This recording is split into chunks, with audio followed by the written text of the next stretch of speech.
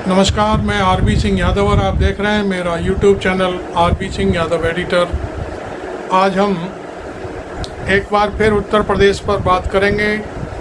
कल रायबरेली में एक जलसा हुआ जिसमें राहुल गांधी, प्रियंका गांधी और तमाम लोग एकत्रित हुए और वहाँ की जनता को धन्यवाद दिया। इस धन्यवाद सभा में इतना जनसैलाब उमड़ा कि राहुल गांधी और प्रियंका गांधी की आंखें फटी की फटी रह गई। जब उन्होंने भाषण दिया मंच पर तो एक नई चर्चा शुरू कर दी।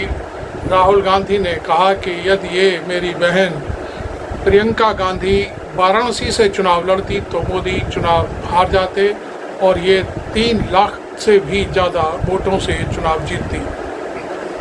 यह बात कहकर के मोदी को उन्होंने चैलेंज कर दिया है। हो सकता है अगला चुनाव जब भी होगा, जो भी होगा, शायद प्रियंका गांधी मोदी के खिलाफ चुनाव लड़ेंगी और वो कहीं से भी लड़ें, वहीं से चुनाव लड़ेंगी। ऐसा अंदर खाने बातें चल रही हैं। फिलहाल चर्चा ये है कि भारतीय जनता पार्टी 240 सीट पर है और आज बढ़कर कांग्रेस सहित जो इंडिया गठबंधन है वो 237 पर पहुंच गया है। इसकी जानकारी हम आपको देते हैं। लद्दाख के मोहम्मद हनीफ जो सांसद हैं, उन्होंने राहुल गांधी से मिलकर कांग्रेस पार्टी में शामिल होने की बात कही है, पेशकश की, जिसे स्वीकार कर लिया गया है। और बिहार के पप्पू यादव तो पहले से ही कांग्रेस के में अपनी पार्टी विलय कर चुके थे। उन्होंने पूर्णिया से चुनाव जीता और वो शुरू से ही राहुल गांधी के हम कदम चलने को तैयार थे। उन्होंने तो जैसे ही अपना चुनाव खत्म हुआ वो रायबरेली और अमेठी आ गए और उन्होंने पूरा जोर लगाया राहुल गांधी और शर्मा जी को अमेठी से जिताने के लिए, और वो दोनों सीटें निकली भी। अब पप्पू यादव कांग्रेस में शामिल हो चुके हैं। इस तरह से अब इंडिया गठबंधन के पास 237 का आंकड़ा पहुंच चुका है। 3 सांसद और आ जाएं तो निश्चित तौर पर ये आंकड़ा 240 पर भारतीय जनता पार्टी के बराबर हो जाएगा, जिसमें बार बार भारतीय जनता पार्टी के लोग तंज कसते हैं कि पूरा गठबंधन हमारी पार्टी के बराबर भी सीटें नहीं ला पाया। उसमें ना तो कांग्रेस ना कोई दूसरे संगठन किसी पर दबाव डाल करके पार्टियों में शामिल नहीं कर रहे लोगों को। 7 निर्दलीय भी राहुल गांधी से संपर्क कर चुके हैं। वो भी मैं समझता हूँ राहुल गांधी को समर्थन देने वाले हैं। इस तरह से 244 का आंकड़ा हो जाएगा। और एक चर्चा और चल रही है, टीएमसी की तरफ से 3 सांसद बंगाल के पूरी तरह से टीएमसी के खेमे में आने की तैयारी कर चुके हैं। वहाँ भारतीय जनता पार्टी 12 सांसद जीती है और उसमें से 3 लोगों ने बाकायदे टीएमसी से संपर्क साधा है और वो कभी भी किसी भी समय इधर से उधर पलटी मार सकते हैं। दूसरी बात, अब सांसदों के इधर से उधर होने की बात है तो हम और आपको बता दें कि अजीत दादा कभी भी अपने चाचा के पास जाकर के पैरों में गिर सकते हैं। वहीं शिंदे के जो जितने भी विधायक हैं वो सब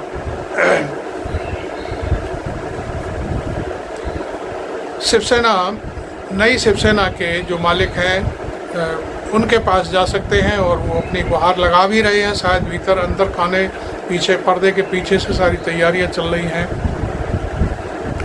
इस बीच शिवसेना शिंदे गुट है, उसको 7 सांसद मिले हैं, लेकिन उनको मंत्री 1 को बनाने की बात थी, वो भी राज्य मंत्री पद का दर्जा, और वो उन्होंने अस्वीकार नहीं किया और मना कर दिया कि हम या तो जब हमारे इतने सांसद हैं तो कम से कम 3 या 2 लोगों को हमारी पार्टी से मंत्री पद दिया जाना चाहिए। लेकिन मैं समझता हूँ कि नरेंद्र मोदी ने इन सब बातों को एक तरफ कर दिया। तो ये 7 सांसद, इनमें से 6 तो शायद पहले ही शुरुआत से ही नई शिवसेना में जाने के लिए आतुर बैठे हुए हैं, लेकिन वहाँ से हरी झंडी नहीं मिल रही है। अब वो हरी झंडी जैसे ही मिल जाएगी शायद वो भी पलटी मार जाएगी। अब बात आती है इतनी सारी चीज़ों के बाद सबको डर है भारतीय जनता पार्टी से, क्योंकि भारतीय जनता पार्टी का जो इतिहास रहा है वो बहुत ही क्रूर टाइप इतिहास है। वो पार्टी तोड़ने में सबसे ज़्यादा माहिर पार्टी है। भले ही वो ये कहे और कहती भी है कि हमारा किसी से ज़बरदस्ती नहीं करते, अपने आप लोग आते हैं, ऐसा नहीं है। पहले सरकार की तरफ से ईडी जाती है, इनकम टैक्स जाता है, सीबीआई जाती है, और उसके बाद वो सब के सब लोग खिंचे चले जाते हैं और तैयार हो जाते हैं कि माई बाप हमको आप अपने खेमे में ले लो, हम वो अपना जो मेन वजूद है उसको तोड़ करके आपके साथ वजूद जोड़ना चाहते हैं। तो इस तरह की घटनाएं एक नहीं दर्जन भर जगहों पर ऐसा किया है। तो भारतीय जनता पार्टी से लोग त्रस्त हैं और मैं समझता हूं अब इस मुद्दे पर मैं आपसे एक गहन चर्चा करता हूं। तब तक आप मेरे चैनल को सब्सक्राइब कर लें अभी तक नहीं किया है तो, और फिर पूरा वीडियो मज़े से देखें। मैं आपको बता दूं लोकसभा स्पीकर को लेकर के चंद्रबाबू नायडू और हमारे नीतीश कुमार जी अड़े हुए हैं कि हमको लोकसभा स्पीकर का पद चाहिए। देखिए, लोकसभा स्पीकर एक इतना बड़ा पद होता है जिसकी गरिमा सबसे ज़्यादा होती है। जब सदन में प्रधानमंत्री होता है, भाषण दे रहा होता है या बैठा होता है, उससे भी बड़ा पद लोकसभा अध्यक्ष का होता है, क्योंकि वहाँ पर जो कुछ भी होता है, कानून बनते हैं, मुद्दे उठाए जाते हैं, बहस होनी होती है, वो सारी की सारी जिम्मेदारी लोकसभा अध्यक्ष की होती है। भले ही प्रधानमंत्री बोल रहे हों, उनका वो गलत भी बोल रहे हों, तो उनके शब्दों को कार्रवाई से निकालना और ज़्यादा समय बोलने के लिए भी वो अंकुश लगा सकते हैं। लेकिन ऐसा तभी होता है जब गैर पार्टी, जिस पार्टी से प्रधानमंत्री है और दूसरी पार्टी से लोकसभा अध्यक्ष है, तो वो प्रधानमंत्री की इस तरह की ख्वाहिशें जो होती हैं उनको पूरा नहीं करता। ये बहुत सी गजब बातें हैं कि बाहर भले ही वो एक सामान्य सांसद है, लेकिन लोकसभा के सिंहासन पर, आसन पर बैठने के बाद लोकसभा स्पीकर सर्वोपरि होता है। लोकसभा अध्यक्ष को कोई भी गलत बयानी नहीं कर सकता, क्योंकि वो ऐसी कुर्सी है जहाँ पर हर सांसद उसके दायरे में बंधा हुआ है। वहाँ अटपटी भाषा, अभद्र भाषा, गाली गलौज, इस तरह की कोई चीज़ नहीं कही जा सकती।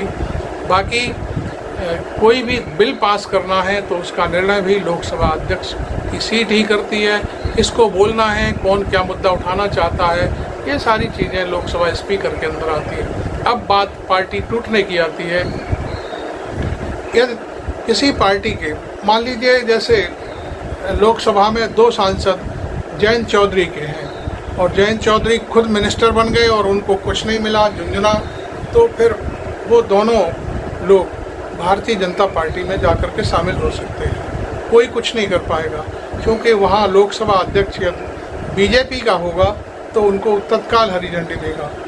इसी क्रम में मैं आपको बता दूं कि जो छोटी छोटी पार्टियां हैं, जैसे 12 सांसद की पार्टी है नीतीश कुमार की, नीतीश कुमार के सांसदों को जिस दिन चाहेंगे उस दिन भारतीय जनता पार्टी वाले हड़प लेंगे पूरी तरह से, और नीतीश कुमार नंगे खड़े हो जाएंगे, बिल्कुल खाली हाथ, उनके पास कुछ भी नहीं होगा, एक भी सांसद नहीं बचेगा।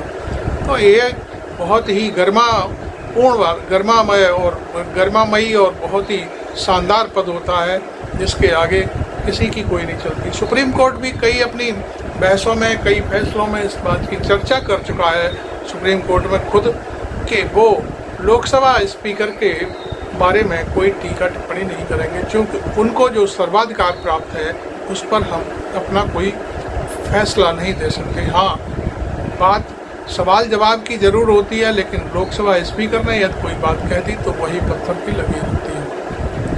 अब बात आती है चंद्रबाबू नायडू की।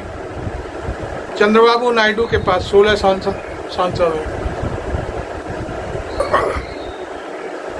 चंद्रबाबू नायडू की पार्टी को तोड़ने के लिए मात्र आधे सांसदों की ज़रूरत है। 9 सांसदों को यदि लेकर के भारतीय जनता पार्टी अपने में मिला लेती है तो चंद्रबाबू नायडू क्या कर लेंगे? कुछ भी नहीं कर पाएंगे। और दूसरी बात, जो भी आ रहा है उसे तत्काल पद दिया जा रहा है। जैसे एनसीपी के जो उनके शरद पवार के भतीजे हैं, तो मेरे को आज भी ध्यान है, मध्य प्रदेश के भोपाल में जब सभा चल रही थी उस समय नरेंद्र मोदी ने कहा था कि अजीत पवार हैं वो 300 करोड़ के घोटाले में शामिल हैं, और उनको 4 दिन बाद ही सीधे सीधे डिप्टी चीफ मिनिस्टर का पद दे दिया।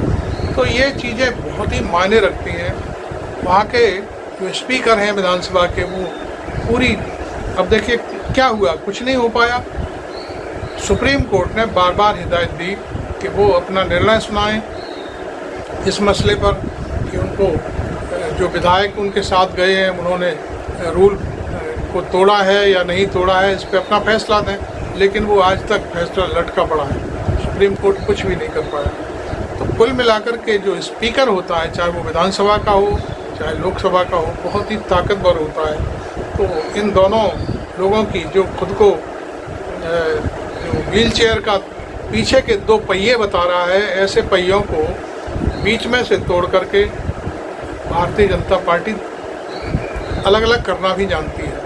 इसलिए मैं समझता हूँ कि अब जो कुछ भी दारोमदार है वो स्पीकर के पद पर है। अब यहाँ आती है एक और बात, भारतीय जनता पार्टी अपना स्पीकर खड़ा कर रही है।